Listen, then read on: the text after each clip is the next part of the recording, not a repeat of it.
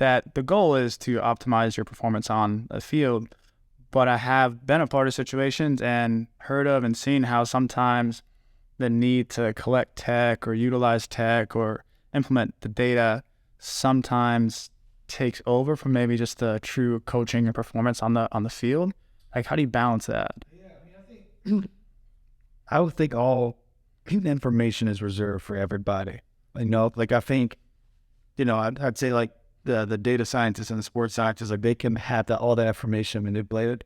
Honestly, I don't think like players shouldn't have to or shouldn't be given all the information that, that's going through all the different formulas to get where a certain number, because it's kind of being ahead in terms of how you're performing. I think just understanding from a very high level and top level standpoint, like, no, this is your heart rate. Why your heart rate this? Like when you do certain movements, this is where it peaks, or this is where's your load in these, this small assignment session, or this passing drill, or this game, and you could see like you were running this much because you're wanting it's this type of player, and you seem to struggle where when it's X type of player.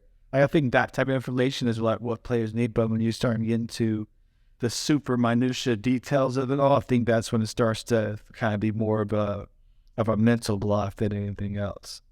That's almost like too much theory. Not enough. It's just a little bit of overload. It's like information overload, whereas it's like when you can actually see data and you can make an objective decision in terms of how you want to proceed, or that's going to have a objective impact on your play, then 2,000%. But if it's not objectively impacted your play in terms of how you play, because being out there, it's artistic, right? It's personality, it's how you play, it's how you interpret the game. Like people talk about poetry of motion. There's truth to that in terms of how players play and how they express themselves. So I think giving too much data could sometimes strip players away of their personality in terms of how they interpret and how they play the game.